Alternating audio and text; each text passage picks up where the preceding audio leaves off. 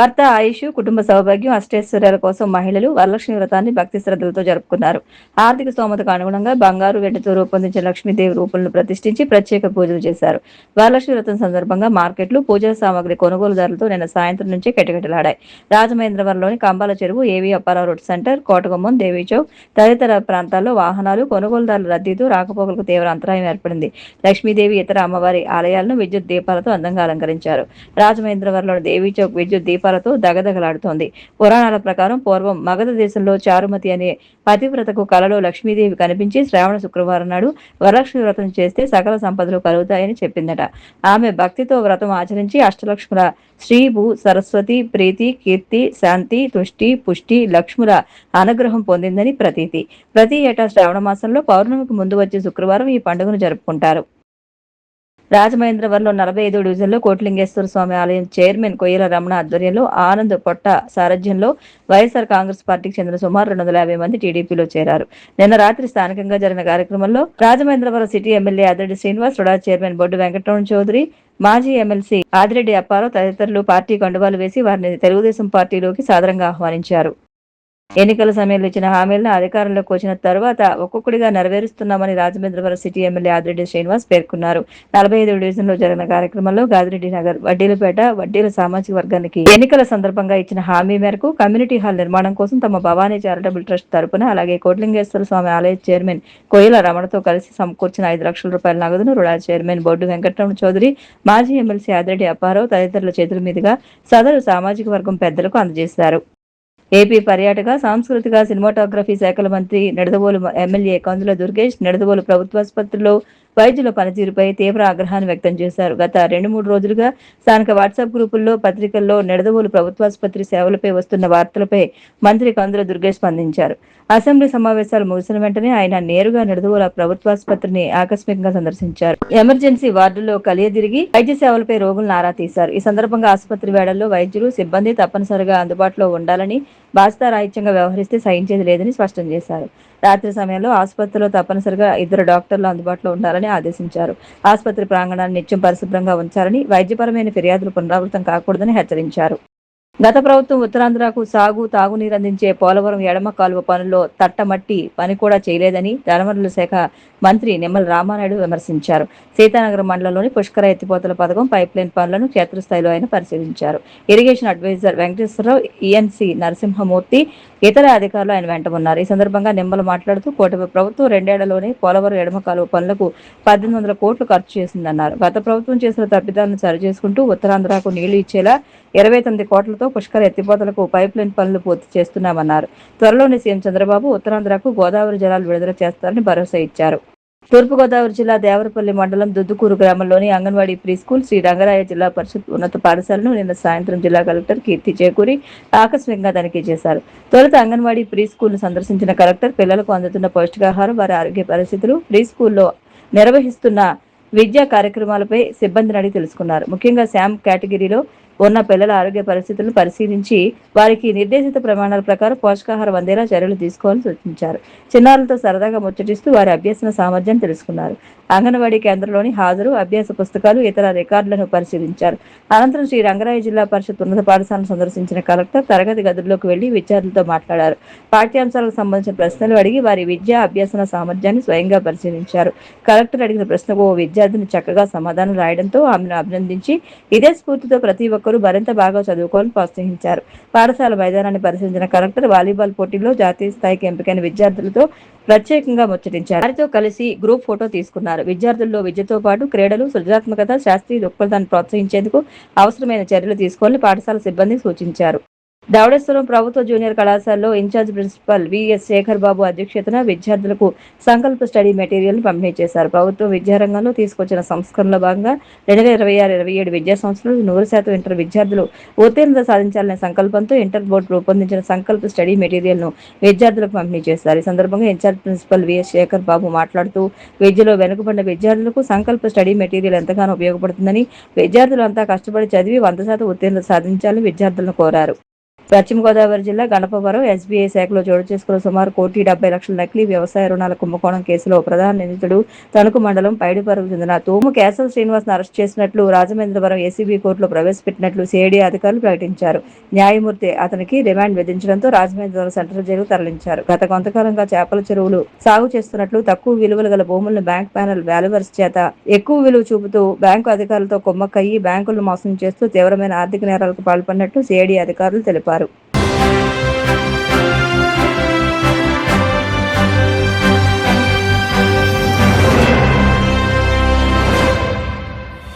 నమస్కారం, మీరు చూస్తున్నది సిసిసి డిజిటల్ 230 న్యూస్ బులెటిన్. ఈనాటి వార్తలకు ముందుగా ముఖ్యాంశాలు. మహాబలిపురంలో కేంద్ర హోంమంత్రి అమిత్ షా అధ్యక్షతన సదరన్ జోనల్ కౌన్సిల్ సమావేశం. దక్షిణాది అభివృద్ధికి బ్లూ ప్రింట్ సమర్పించిన సీఎం చంద్రబాబు.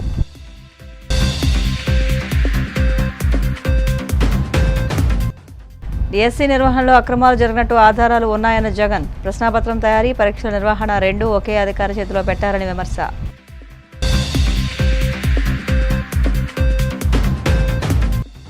అర్హత ఉన్న ఏ ఒక్క పేద విద్యార్థి కూడా తల్లికి వందనం పథకానికి దూరం కాకుండా పకడ్బందీ చర్యలు చేపట్టాలి. శాసనసభలో ప్రభుత్వాన్ని కోరిన కాకినాడ రూరల్ ఎమ్మెల్యే పంతం నానాజీ. మరోసారి రిజర్వేషన్ల పెంపు పేరుతో బీసీల్ని మోసం చేసేందుకు చంద్రబాబు సిద్ధమవుతున్నారు. విమర్శలు గుప్పించిన మాజీ మంత్రి అనిల్ కుమార్ యాదవ్. కేంద్ర హోంమంత్రి అమిత్ షా అధ్యక్షతన మహాబలిపురంలో జరిగిన 30వ సదరన్ జోనల్ కౌన్సిల్ సమావేశంలో ముఖ్యమంత్రి చంద్రబాబు దక్షిణాది రాష్ట్రాల సమగ్రాభివృద్ధికి సంబంధించిన ఒక స్పష్టమైన బ్లూ ప్రింట్ ను ఆవిష్కరించారు. సహకారం, సమన్వయంతోనే దక్షిణాది రాష్ట్రాలు ఆర్థికంగా పురోగమించగలవని ఆయన ఉద్ఘాటించారు. ఈ సమావేశంలో తమిళనాడు, కర్ణాటక, కేరళ, పుదుచ్చేరి ముఖ్యమంత్రులు పాల్గొన్నారు. ఈ సందర్భంగా చంద్రబాబు మాట్లాడుతూ ఏపీ, కర్ణాటక, తమిళనాడును అనుసంధానిస్తూ కుప్పం మీదుగా బుల్లెట్ ట్రైన్ కారిడార్ను ఏర్పాటు చేయాలని ప్రతిపాదించారు. అమరావతి, బెంగళూరు, చెన్నై నగరాలను కలుపుతూ సమగ్ర రవాణా వ్యవస్థ, దక్షిణాది రాష్ట్రాల మధ్య ఉమ్మడి లాజిస్టిక్స్ నెట్వర్క్ అవసరం సూచించారు.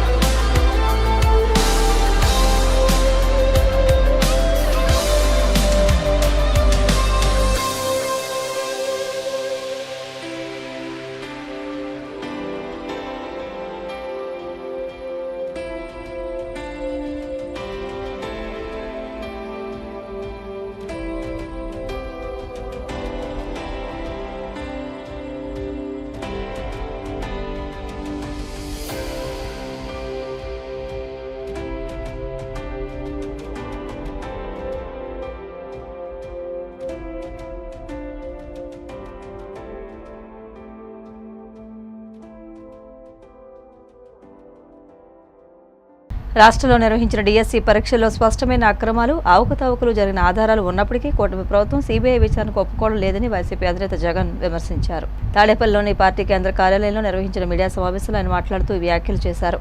డిఎస్సీ నియామక చరిత్రలోనే ఎప్పుడూ లేని విధంగా ప్రశ్నాపత్రం తయారీ, పరీక్షల నిర్వహణ బాధ్యతలను ఒకే అధికారి చేతిలో పెట్టారని జగన్ విమర్శించారు. స్వయంగా మంత్రి నారా లోకేష్ సభలో ఈ విషయాన్ని అంగీకరించారని, ఇలా రెండూ ఒకే వ్యక్తికి అప్పగించడమే లీకేజీలకు, డిఎస్సీ స్కామ్కు బీజం వేసిందని ఆరోపించారు. దీనిపై పారదర్శకత కోసం సీబీఐ విచారణ జరిపించాల్సిందేనని అన్నారు. గతంలో తమ హయాంలో నిర్వహించిన ఏబీపీఎస్సీ గ్రూప్ 1పై తప్పుడు ఆరోపణలు చేస్తూ అసలు డిఎస్సీ సమస్యను పక్కదారి పట్టించేందుకు ప్రయత్నిస్తున్నారని ఆగ్రహం వ్యక్తం చేశారు. ఆశ్చర్యం లేదు చంద్రబాబు నాయుడు ఆరోపణలు నిజంగా చూస్తూ ఉంటే ఒకసారి. ఇంకోటి అంటాడు, కొంతమంది ఎవాల్యుయేటర్స్ 7th పాయింట్, కొంతమంది ఎవాల్యుయేటర్స్ సెల్ ఫోన్లో మాట్లాడారంట. ఇవి సీసీ కెమెరాల్లో కనిపించాయంట. అసలు నేను అడుగుతాను, అసలు బుద్ధి జ్ఞానం ఉందా చంద్రబాబు నాయుడు నీకు అని చెప్పి అడుగుతా ఉన్నా. అసలు పేపర్ ఎవరిది అనేది ఎవరికి తెలియదు. బార్ కోడ్ ఉంటుంది, అసలు క్యాండిడేట్ పేరు కూడా ఉండదు. ఎవడి పేపర్ ఎవరు కరెక్ట్ చేస్తున్నారు అని. మరి మరి ఏం మాట్లాడుతున్నాడు ఈ మనిషి? పైగా సీసీ కెమెరాలు కూడా ఉన్నాయి. మళ్ళీ అలా ఫోన్లలో మాట్లాడిన వారిని విచారించారు కదా, మళ్ళీ అడుగుతాను. అది కూడా ఫోన్లో మాట్లాడినానంటాను కదా, సీసీ కెమెరాలో కనిపించినాయి కాబట్టి నువ్వు అడుగుతావు. నువ్వు మరి వాళ్ళని విచారించినారు కదా, ఏం జరిగింది? వాళ్ళు ఏమైనా చెప్పినారా? అసలు బార్ కోడ్ ఉంటుంది, అసలు ఎవడి పేపర్ ఎవడికి తెలియదు. పైగా సీసీ కెమెరాలు. వక్రీకరణకైనా హద్దు పొద్దు అనేది ఎక్కడైనా ఉండాలి. నేను చంద్రబాబు నాయుడు గారిని గట్టిగా అడుగుతాను. చంద్రబాబు నాయుడు గారు, నువ్వు నీ కొడుకు ఇద్దరికి సవాల్ విసురుతాను. ఈ డిఎస్సి మా హయాంలో జరిగిన నువ్వు ఆరోపణ చేస్తావు, ఆ డిఎస్సి రెండు సిబిఐకి మేము రెడీ. మేము తప్పు చేయలేదు కాబట్టి నేను రెడీ అంటాను. మేము రెడీ అంటాను, నువ్వు రెడీనా? ఛాలెంజ్. చంద్రబాబు నాయుడు గట్టిగా అడుగుతాను, ఆయన కొడుకుని ఇద్దరిని. డిఎస్సి 2025 పైనే కాదు, 2018 గ్రూప్ 1 నోటిఫికేషన్ మీద కూడా సిబిఐ ఎంక్వైరీకి మేము రెడీ. మేము తప్పు చేయలేదు కాబట్టి తలెత్తుకొని గట్టిగా అడుగుతున్నాం, నువ్వు రెడీనా అని అడుగుతాను. రెడీ అయితే వెంటనే లెటర్ రాసి చేశాను. అప్పటి ఏపీపీఎస్సీ పరీక్ష ఇప్పటి డిఎస్సి మాదిరిగా పేపర్ లీకేజ్ అనేది ఇంతకుముందు నేను చెప్పిన కొన్ని అప్పటికి ఇప్పటికీ మధ్య తేడాలు చెప్పిన. తేడాలేంటి? First time in the history పరీక్షే రాయకుండా నువ్వు టీచర్ ఉద్యోగాలు ఇస్తా ఉన్నావు. ఇది ఇంతకుముందు ఎప్పుడైనా జరిగిందా? జీవోలు ఇచ్చింది సాక్షాత్తు ఎడ్యుకేషన్ మంత్రి అనే వ్యక్తి సంతకాలు లేకోకుండా, ఎడ్యుకేషన్ మంత్రి కాంకరెన్స్ లేకుండా జీవోలు ఇవ్వగలుగుతారా? అంటే డైరెక్ట్గా జీవోలు నువ్వే ఇచ్చి వ్యవస్థను ఫెసిలిటేట్ చేసి 372 మందికి ఉద్యోగాలు ఇచ్చిన తర్వాత మళ్ళీ జీవోలను రద్దు చేసినాం. గేట్లు ఎత్తినాం, 372 మందిని నింపినాం, మళ్ళీ గేట్లు మూసేసినాం.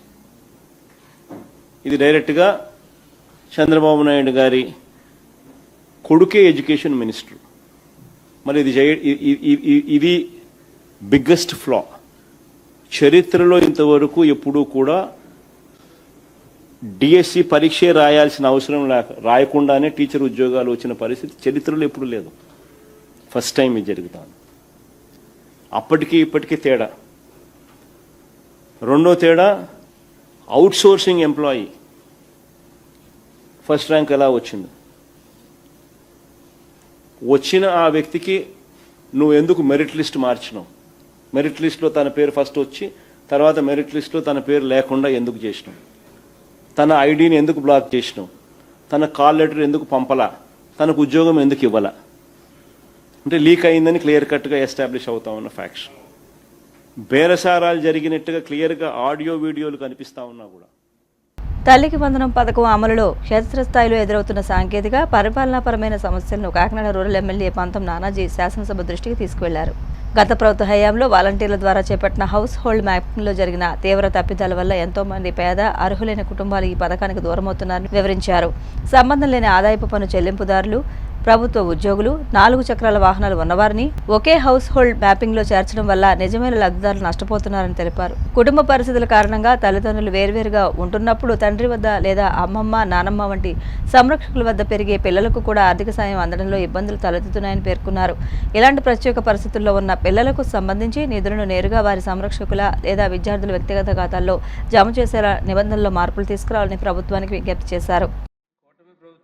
తర్వాత ఎంతో ప్రతిష్టాత్మకంగా పెట్టినటువంటి తల్లికి వందనం గతంలో కుటుంబంలో ఒకరికే ఇచ్చేవారు.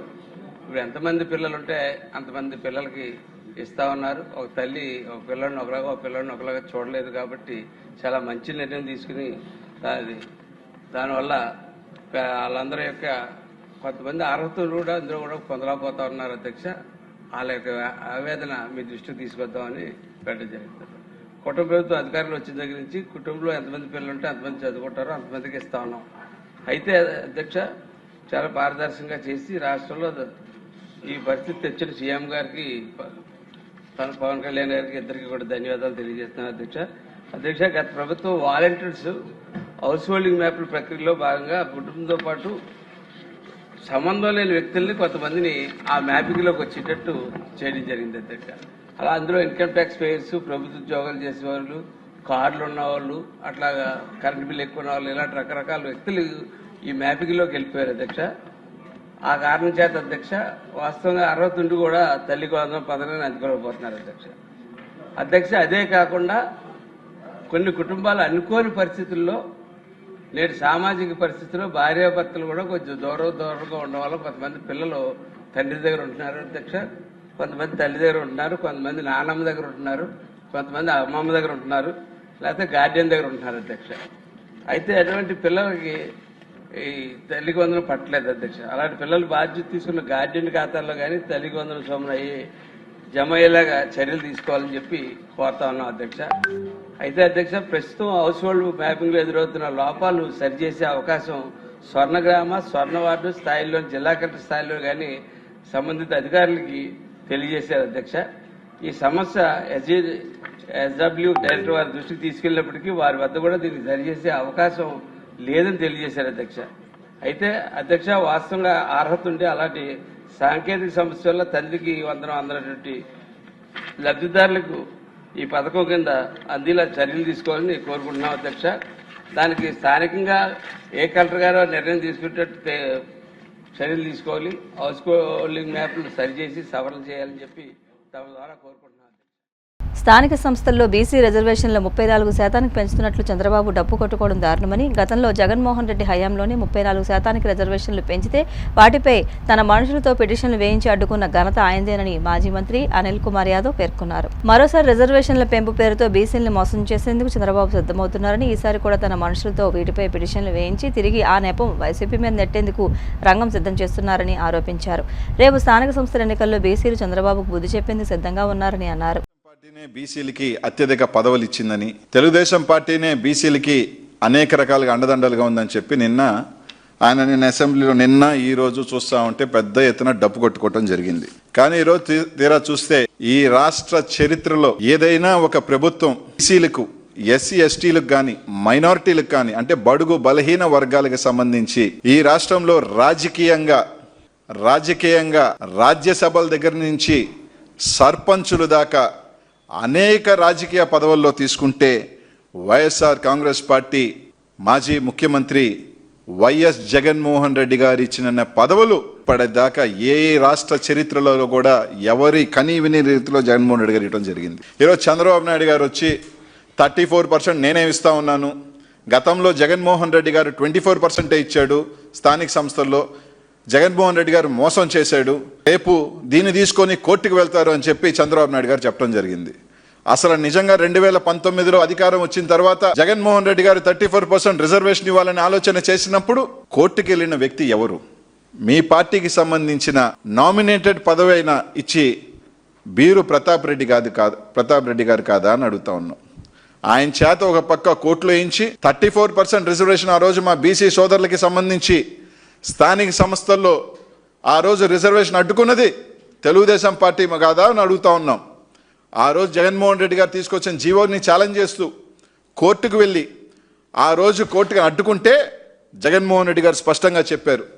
ఈరోజు కోర్టుకు వెళ్ళినప్పటికీ కూడా 34% తగ్గకుండా నేను ఈ రాష్ట్ర చరిత్రలో ఏదైతే రిజర్వేషన్ 34% అన్నారో అంతకన్నా ఎక్కువ శాతం ఈరోజు రాజకీయ పదవులు ఇస్తానని చెప్పి ఇచ్చి చేసి చూపించిన ముఖ్యమంత్రి ఎవరైనా ఉన్నారు ఈ రాష్ట్రంలో అంటే, ఈ రాష్ట్రంలోనే కాదు ఈ భారతదేశ చరిత్రలో అంటే అది ఒక వైఎస్ జగన్మోహన్ రెడ్డి గారు మాత్రమే అని చెప్పి ఈరోజు తెలియజేస్తా ఉన్నాం. ఈరోజు ఇంకా చాలా చెప్పాడు ఆయన. రేపంట వైఎస్ఆర్ కాంగ్రెస్ పార్టీ కోర్టుకు వెళ్తుంది, కోర్టుకు వెళ్ళినప్పుడు మేము ఒకవేళ ప్లాన్ బి అప్పుడు మేము 34% ఇస్తామని చెప్పి చంద్రబాబు నాయుడు గారు చెప్పారు. అంటే ఒక దొంగ ఏ విధంగా దొంగతనాలు చేయాలి, ఒక దొంగ మోసాన్ని ప్రజలు ఎట్ట మోసం చేయాలని బాగా తెలిసిన వ్యక్తి రాష్ట్రంలో ఎవరు ఉన్నారంటే అది చంద్రబాబు నాయుడు గారు. ఎందుకంటే జగన్మోహన్ రెడ్డి గారు తీసుకెళ్తే కోర్టుకు వెళ్ళి ఆ రోజు అడ్డుకున్న వ్యక్తి తెలుగుదేశం పార్టీ. ఈరోజు మళ్ళీ కూడా ఏదో ఒక డొంక చెప్పున కోర్టుకు వెళ్ళి దాన్ని మళ్ళీ 24%కి తీసుకొచ్చి దాన్ని వైఎస్ జగన్మోహన్ రెడ్డి గారు కోర్టుకు వెళ్ళారు కాబట్టి 24%కి తీసుకొచ్చాం, అయినా మేము 34% ఇస్తామని చెప్పి గొప్పలు చెప్పుకుని అబద్ధాలు చెప్పుకునే వ్యక్తి ఈరోజు చంద్రబాబు నాయుడు గారు. కానీ గతంలో ఏదైతే జగన్మోహన్ రెడ్డి గారు 24% కన్నా కూడా రిజర్వేషన్ దాటకూడదని చెప్పినప్పుడు 50% దాటకూడదని చెప్పినప్పటికీ కూడా ఏదైతే తన మాటకి కట్టుబడి 34% పైన ఈరోజు మీరు చూస్తే ఈరోజు లోక్సభ ఎంపీల్లో 25 మంది ఎంపీలుంటే 11 ఎంపీ స్థానాలు దాదాపు 44% ఇచ్చిన వ్యక్తి జగన్మోహన్ రెడ్డి గారు. రాజ్యసభ ఎంపీల్లో 4 ఎంపీలు మొట్టమొదటిసారి 11లో దాదాపు 36% ఇచ్చింది జగన్మోహన్ రెడ్డి గారు. ఎమ్మెల్సీలు తీసుకుంటే 58 ఎమ్మెల్సీల్లో 28 ఎమ్మెల్సీలు అంటే దాదాపు 48% ఇచ్చింది జగన్మోహన్ రెడ్డి గారు. మేయర్లు 13 మేయర్లు ఉంటే 9 మేయర్లు బీసీలకు ఇచ్చాడు అంటే 69%. జిల్లా పరిషత్ చైర్మన్లు 13 ఉంటే 6 బీసీలకు ఇచ్చాడు అంటే 46%. మున్సిపల్ చైర్మన్లు 84 ఉంటే 44 అంటే 53%. ఈ విధంగా తీసుకుంటే దాదాపు 40% నుంచి 60% దాకా ఈరోజు రాష్ట్రంలో ఈరోజు మేయర్లుగా కానీ వైస్ చైర్మన్లుగా కానీ మున్సిపల్ చైర్మన్లుగా కానీ ఇచ్చిన ఘనత ఒక్క జగన్మోహన్ రెడ్డి గారికే చెల్లుతుందని చెప్పి ఈరోజు తెలియజేస్తా ఉన్నాం. ఇదే కాకుండా పార్లమెంట్లో ఏదైతే 50% బీసీ రిజర్వేషన్ తీసుకురావాలని ప్రైవేట్ బిల్ తీసుకొచ్చిన ఘనత. సాలూరులో 10వ తరగతి విద్యార్థి అరుణ్ తేజ్ పాఠశాల ప్రహరీ కూలి మృతి చెందడం ప్రభుత్వం నిర్లక్ష్యానికి నిదర్శనమని, ఈ ఘటనతో మంత్రి నారా లోకేష్ చేతకానితనం మరోసారి బహిర్గతమైందని వైసీపీ రాష్ట్ర అధికార ప్రతినిధి శ్యామల ఆరోపించారు. తాడేపల్లి పార్టీ కేంద్ర కార్యాలయంలో ఆమె మీడియాతో మాట్లాడుతూ చదువుకోవడానికి పాఠశాలకు వచ్చిన విద్యార్థి మృతదేహంగా ఇంటికి వెళ్లాల్సిన దుస్థితి రావడం అత్యంత బాధాకరమని, ఇందుకు బాధ్యులెవరో ప్రభుత్వం సమాధానం చెప్పాలని డిమాండ్ చేశారు. కూటమి ప్రభుత్వం ఏర్పాటయ్యాక విద్యారంగంలో పేపర్ లీకులు, ఫుడ్ పాయిజనింగ్ ఘటనలు జరుగుతున్నా ప్రభుత్వం పట్టించుకోవడం లేదని ఆగ్రహం వ్యక్తం చేశారు. పిల్లలు చదువుకునే పాఠశాలలో కనీస భద్రతా ప్రమాణాలు, మౌలిక సదుపాయాలు కల్పించాల్సిన బాధ్యతను విద్యాశాఖ మంత్రి నారా లోకేష్ విస్మరించారని మండిపడ్డారు. శ్రీ నారా లోకేష్ గారు మన పేపర్ లీకేజ్ గారు అన్నమాట. సో ఈయనని ఎందుకు ఇంత ఖచ్చితంగా ఒక ఫెయిల్డ్ ఎడ్యుకేషనల్ మినిస్టర్ అని చెప్తున్నానంటే, నేను ఒక విద్యాశాఖ మంత్రిగా ఉన్నప్పుడు ఆయన చేయాల్సినటువంటి బాధ్యతలు ఏంటి, ఆ రంగంలో అభివృద్ధి చేయడానికి, ఆ విద్యారంగాన్ని అభివృద్ధి పదం వైపు నడిపించడానికి ఆయన తీసుకోవాల్సినటువంటి ప్రణాళికలు ఏంటి, ఆయన అండర్లో ఉన్న గవర్నమెంట్ స్కూల్స్ని ఆయన ఎంత జాగ్రత్తగా చూసుకోవాలి, అందులో చదువుకునే పిల్లల యొక్క భవిష్యత్తును దృష్టిలో పెట్టుకుని ఆయన వేసేటువంటి ప్రతి ఒక్క అడుగు కూడా ఉండాలి. కానీ ఈ రోజున ఆంధ్ర రాష్ట్రంలో ఉన్న విద్యాశాఖ మంత్రి గారి అండర్లో గవర్నమెంట్ స్కూల్స్ ఎంత దారుణంగా ఉన్నాయో మొన్నటికి మొన్న ప్రాణాలు కోల్పోయిన ఒక బాలుడి సంఘటనతో, ఆ ఉదాహరణతో మళ్ళీ చర్చనీయాంశమైంది. మనందరికీ తెలుసు, ఈ కూటమి ప్రభుత్వం అధికారంలోకి వచ్చిన దగ్గర నుంచి విద్యారంగంలో ఎన్ని అవకతవకలు జరుగుతున్నాయి, ఎన్ని పేపర్ లీకులు జరుగుతున్నాయి, ఎంత అన్యాయం జరుగుతోంది. గవర్నమెంట్ స్కూల్స్లో ఎన్నిసార్లు ఫుడ్ పాయిజనింగ్ అయ్యి పిల్లలు హాస్పిటల్స్ పాలయ్యారు, కొంతమంది అయితే ప్రాణాలు కోల్పోయారు. అలాగే విద్యారంగం ఎంత నిర్వీర్యం అయిపోయింది, ఇవన్నీ కూడా మనకు తెలుసు, మనం చూస్తూనే ఉన్నాం. కానీ మొన్న జరిగినటువంటి ఘటన నిజంగా బాధాకరము. మన్యం జిల్లా సాలూరులో 10వ తరగతి చదివేటువంటి విద్యార్థి, ఆ విద్యార్థి పేరు అరుణ్ తేజ. ఆ అబ్బాయి చదువుకుంటుండగా ఆ అబ్బాయి పైన గోడ కూలిపోయి ఆ అబ్బాయి ప్రాణాలు కోల్పోయాడు. చదువుకోవడానికి స్కూల్కి వచ్చాడు, ఇంటికి మాత్రం ఆ అబ్బాయి మృతదేహం వెళ్ళింది. దీనికి కారకులు ఎవరు? అసలు పిల్లలు చదువుకునే చోట కనీస సదుపాయాలు ఉండవా? కనీస జాగ్రత్తలు తీసుకోరా? ఇది అక్కడ ఉండేటువంటి అధికారుల నిర్లక్ష్యం కాదా? ఆ అబ్బాయి తల్లిదండ్రులకి ఎవరు సమాధానం చెప్తారు? 10వ తరగతి చదివేటువంటి అబ్బాయి, బోల్డంత భవిష్యత్తు ఉన్నటువంటి అబ్బాయి, కేవలం నిర్లక్ష్యం వల్ల, కేవలం అధికారుల నిర్లక్ష్యం వల్ల ఈరోజు ఆ అబ్బాయి విగత జీవిగా ఆ తల్లిదండ్రుల దగ్గరికి చేరాల్సిన పరిస్థితి వచ్చిందే. దానికి కారణం మీరు కారా? అందుకే చెప్తున్నా నేను, నారా లోకేష్ గారు, పేపర్ లీకేజ్ నారా లోకేష్ గారు, మీరొక ఫెయిల్డ్ విద్యాశాఖ మంత్రి, మీరొక ఫెయిల్డ్ మంత్రి. మీరు చాలా డబ్బాలు కొట్టుకోవచ్చు, మీ పేపర్లలో చాలా గొప్పలు చెప్పించుకోవచ్చు మీ మీడియాలో, కానీ నిజం ఏంటనేది ప్రతి ఒక్కరికి తెలుస్తూ ఉంది. అందరూ ఈ రోజున కంపేర్ చేస్తున్నారు, అందరూ ఈరోజు కంపారిజన్ స్టార్ట్ చేస్తున్నారు. గతంలో వైఎస్ఆర్ కాంగ్రెస్ పార్టీ ప్రభుత్వంలో జగనన్న ప్రవేశపెట్టినటువంటి నవరత్నాలలో నిజంగా రత్నం లాంటి పథకం నాడు నేడు. గవర్నమెంట్ స్కూల్స్ యొక్క చరిత్రని తిరగరాసినటువంటి పథకం నాడు నేడు. ఆ పథకం కింద ఎన్ని గవర్నమెంట్ స్కూల్స్ని జగన్మోహన్ రెడ్డి గారు ఎంతలాగా ఆ స్కూల్స్ రూపురేఖలు మార్చారు. అందులో చదువుకునేటువంటి పిల్లలు తీసుకునేటువంటి ఆహారం దగ్గర నుంచి ఎంతలా శ్రద్ధ పెట్టారు. వాళ్ళకి ప్రతిరోజు రాగిజావి ఇవ్వడం కానీ, ప్రతిరోజు వాళ్ళకి పోషకమైనటువంటి ఆహారం ఇవ్వడం గురించి కానీ, ఒక ఎగ్ ఇవ్వడం గురించి కానీ, ప్రతిరోజు పల్లీ చిక్కీ ఇవ్వడం కానీ, ఇలా చదువుకునే పిల్లలకి ఎక్కడ కూడా వైటమిన్ డెఫిషియన్సీ ఉండకూడదు, వాళ్ళు హెల్తీగా ఉండాలనేటువంటి వాళ్ళు తీసుకునే ఆహారం దగ్గర నుంచి శ్రద్ధ పెట్టి టోఫెల్ ఇంట్రడ్యూస్ చేసి, ట్యాబ్లు ఇచ్చి, డిజిటల్ ఎడ్యుకేషన్ స్టార్ట్ చేసి, వాళ్ళ స్కూల్స్ని రూపురేఖల్ని మార్చేసి, మొత్తం వాళ్ళకి చదువుకోవడానికి కావాల్సినటువంటి ఒక ఎన్వైర్న్మెంట్ని అక్కడ క్రియేట్ చేసి, అంతలాగా ఆయన విద్యారంగాన్ని అభివృద్ధి చేస్తే ఈ రోజున మీరేం చేస్తున్నారండి? సరిగ్గా స్కూల్స్ని పట్టించుకోకుండా, ఆ స్కూల్స్ ఏ స్థితిలో ఉన్నాయో తెలుసుకోకుండా, దాన్ని బాగు చేయకుండా, గోడలు కూడి పిల్లలు చనిపోతే ఆ తల్లిదండ్రులకి కడుపుకోతను మిగులుస్తున్న ఘనత ఇప్పటి విద్యాశాఖ మంత్రి నారా లోకేష్ గారు మూటగట్టుకుంటున్నారు. అండ్ చాలా ప్రౌడ్గా చెప్తాము, గవర్నమెంట్ స్కూల్స్లో అడ్మిషన్కి రికమెండేషన్లు చేయించుకున్న ఘనత కూడా వైఎస్ఆర్ కాంగ్రెస్ పార్టీ ప్రభుత్వానికే దక్కింది. ఎస్, ఎక్కడైనా ప్రైవేట్ స్కూల్స్లో మాకు అడ్మిషన్ కావాలి, రికమెండ్ చేయండి అంటూ తల్లిదండ్రులు అడుగుతూ ఉంటారు. కానీ జగనన్న చేసినటువంటి మార్పుల వల్ల, జగనన్న హయంలో ఇంక్లూడింగ్ టీచర్స్ దగ్గర నుంచి వాళ్ళు బోధించేటువంటి విధానం వల్ల ఎంత ప్రభుత్వ విద్యా సంస్థల్లో మౌలిక వసతులు, సౌకర్యాలు కల్పించి విద్యార్థులకు మెరుగైన విద్య అందించేందుకు కూటమి ప్రభుత్వం కృషి చేస్తుందని ఉంగుటూరు ఎమ్మెల్యే పచ్చబట్ల ధర్మరాజు అన్నారు. ఏలూరు జిల్లా వేమడోలు మండలం పొలసానపల్లి గ్రామంలోని బాలికల గురుకుల కళాశాలకు మంజూరైన ₹1 నిధులతో 4 పాఠశాల భవనాల నిర్మాణానికి ఎమ్మెల్యే ధర్మరాజు స్థానిక ప్రజాప్రతినిధులతో కలిసి శంకుస్థాపన చేశారు. ఈ సందర్భంగా ఎమ్మెల్యే మాట్లాడుతూ విద్యార్థులకు అన్ని సౌకర్యాలు కల్పించి విద్యా ప్రమాణాలను మెరుగుపరిచేందుకు ప్రభుత్వం ప్రత్యేక దృష్టి సారిస్తోందన్నారు. విద్యార్థులకు సౌకర్యాల కల్పనలో వారికి అందిస్తున్న ఆహార విషయంలో వస్తున్న ఆరోపణలపై నిర్వాహకులు అప్రమత్తంగా ఉండాలని ఎమ్మెల్యే సూచించారు. ఈ రోజున ఈ కూటమి ప్రభుత్వం, మన ముఖ్యమంత్రి నారా చంద్రబాబు నాయుడు గారు, మన ఉప ముఖ్యమంత్రి పవన్ కళ్యాణ్ గారు స్కూల్స్ అన్నిటిని కూడా అద్భుతంగా, అంటే ఎక్కడైనా సరే మౌలిక వసతులని అన్నిటిని కూడా ఏర్పాటు చేసేటట్టు, ఎక్కడ ఇబ్బంది ఉంటే ఒక పూర్తి స్థాయిలో ఒక ప్రణాళిక ప్రకారం ముందుకు తీసుకువెళ్తూ ఈ రోజు దాంట్లో భాగంగానే మనం ఈ రోజు 4 క్లాస్ రూమ్స్ ఏర్పాటు చేసుకుంటాం. దానిపైన కూడా ఏర్పాటు చేసుకుని, అలాగే వసతి గృహం కూడా ఇక్కడ ఇబ్బంది ఉందని ఆల్రెడీ నా దృష్టికి తీసుకొచ్చారు. దాన్ని కూడా త్వరలోనే దానికి కూడా కేటాయించేటట్టు ఆల్రెడీ ప్రపోజల్స్ అన్ని కూడా పంపించాం. ఆ ప్రపోజల్స్ వచ్చిన తర్వాత దీన్ని కూడా కంప్లీట్ చేస్తాం. అలాగే గ్రౌండ్ నుంచిగా సుమారుగా 23 కోట్లతో పూర్తిగా దీన్ని నూతన భవనాలన్నింటినీ కూడా నిర్మించేటట్టు ప్రపోజల్స్ అన్ని కూడా పంపించాం. దాన్ని శాంక్షన్ ఆర్డర్ రాగానే వాటిని కూడా పూర్తి చేస్తాం. ఎందుకంటే గ్రౌండ్ కూడా డెవలప్మెంట్ చేసి ఇందులో క్రీడలను కూడా ప్రోత్సహించేటట్టు మనకి చేస్తాం. అలాగే ఇంకా కూడా ఇక్కడ ఏమైనా అవసరం ఉంటే వాటిలన్నిటిని కూడా ఈ కూటమి ప్రభుత్వం ద్వారా వాటిలన్నిటిని కూడా నెరవేరుస్తామని, అలాగే ఈ కార్యక్రమంలో పాల్గొన్నందుకు ఎంతో సంతోషంగా మీ అందరికీ కూడా మరొకసారి నా హృదయపూర్వక నమస్కారాలు తెలియజేసుకుంటూ, బీజేపీ జాతీయ కార్యవర్గంలో తెలంగాణ నాయకులకు ప్రాతినిధ్యం దక్కకపోవడంపై గోషామహల్ ఎమ్మెల్యే రాజాసింగ్ తీవ్ర వ్యాఖ్యలు చేశారు. గతంలో సీనియర్ నేతలకు కీలక పదవులు దక్కేవని, కానీ ఈసారి ఒకరికి కూడా చోటు దక్కలేదని తెలిపారు. తెలంగాణ బీజేపీలో గ్రూప్ రాజకీయాలు, ఢిల్లీకి వెళ్లి ఫిర్యాదులు చేసుకునే సంస్కృతి పెరిగిపోయిందని, దీనివల్ల అధిష్టానం ఈ నిర్ణయం తీసుకుందని ఆయన విమర్శించారు. రాష్ట్ర నేతలు విభేదాలు, సొంత ప్రయోజనాలు పక్కన పెట్టి ఐక్యంగా పోరాడి తెలంగాణలో పార్టీని అధికారంలోకి తీసుకురావాలని పిలుపునిచ్చారు.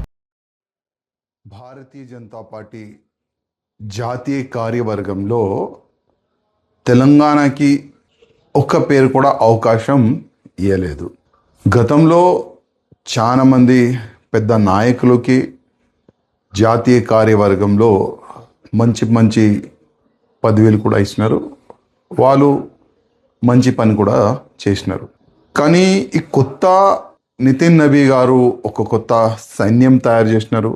ఎట్టి పరిస్థితిలో ప్రతి ఒక్క రాష్ట్రంలో భారతీయ జనతా పార్టీ స్ట్రాంగ్ అవ్వాలి, భారతీయ జనతా పార్టీ గవర్నమెంట్ రావాలని ఒక మంచి ఆయన ఒక యుద్ధం చేయడానికి సైన్యం తయారు చేసిండు. కానీ తెలంగాణ నుంచి ఒక్క కూడా పేరుని వాళ్ళు ఇంక్లూడ్ చేయలేదంటే మన తెలంగాణ పెద్ద నాయకులు ఒక్కసారి ఆలోచన చెయ్యాలి. ఎందుకంటే ప్రతిసారి గ్రూప్ రాజకీయం ప్రతిసారి కంప్లైంట్ ఢిల్లీకి వెళ్ళాలి, కంప్లైంట్ ఇవ్వాలి, ఢిల్లీకి వెళ్ళాలి, కంప్లైంట్ ఇవ్వాలి. ఈ పెద్ద నాయకులు కూడా అరే ఈ తెలంగాణ మన బీజేపీ అధికారులు మారరు, అందుకోసం వేరేకి అవకాశం ఇద్దామని ఆ విధంగా ఆ యాంగిల్లో వెళ్ళినారని నేను అనుకుంటున్నాను. కనీసం ఎప్పుడైనా మా తెలంగాణ నాయకులకి నా ఒక నివేదిక, మీరు ఈ గ్రూప్ రాజకీయంని పక్కా పెట్టి మనమందరం ఒక్కటే, మన లక్ష్యం ఒక్కటే.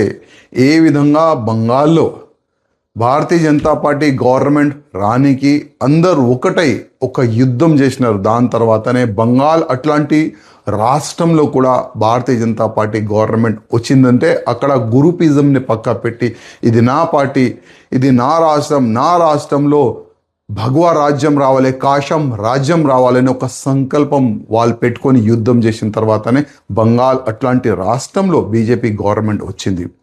అదే యాంగిల్లో మన తెలంగాణలో కూడా మా నాయకులు కొద్దిగా ఆలోచన చేయాలి. ఎందుకంటే ఇంకా ఎన్ని సంవత్సరాలు నా పార్టీ, నా రాజ్యం, నా వ్యక్తులు అట్లాంటి ఆలోచన ఇంకా ఎన్ని సంవత్సరాలు పెట్టుకుంటారు. అందుకోసం మా నాయకులకి నా ఒక నివేదిక, మీరు ఈ గ్రూప్ రాజకీయంని పక్కా పెట్టి ఇది నా పార్టీ, ఇది నా రాజ్యం, నా రాజ్యంలో కాషాయం రాజ్యం రావాలి, ఆ యాంగిల్లో మీరు ఆలోచన చేస్తే ముందు ఏదైనా కొంతమంది నాయకులకి ఒక మంచి బాధ్యత ఇవ్వచ్చు. వార్తలు ముగించే ముందు ముఖ్యాంశాలు మరొకసారి. మహాబలిపురంలో కేంద్ర హోంమంత్రి అమిత్ షా అధ్యక్షతన సదరన్ జోనల్ కౌన్సిల్ సమావేశం. దక్షిణాది అభివృద్ధికి బ్లూ ప్రింట్ సమర్పించిన సీఎం చంద్రబాబు.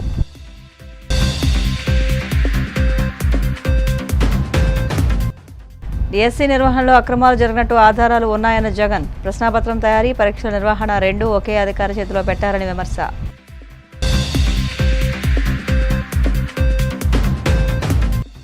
అర్హత ఉన్న ఏ ఒక్క పేద విద్యార్థి కూడా తల్లికి వందనం పథకానికి దూరం కాకుండా పకడ్బందీ చర్యలు చేపట్టాలి. శాసనసభలో ప్రభుత్వాన్ని కోరిన కాకినాడ రూరల్ ఎమ్మెల్యే పంతం నానాజీ. మరోసారి రిజర్వేషన్ల పెంపు పేరుతో బీసీల్ని మోసం చేసేందుకు చంద్రబాబు సిద్ధమవుతున్నారు. విమర్శలు గుప్పించిన మాజీ మంత్రి Anil Kumar Yadav. CCC digital 230 news bulletin ఇంతటితో సమాప్తం.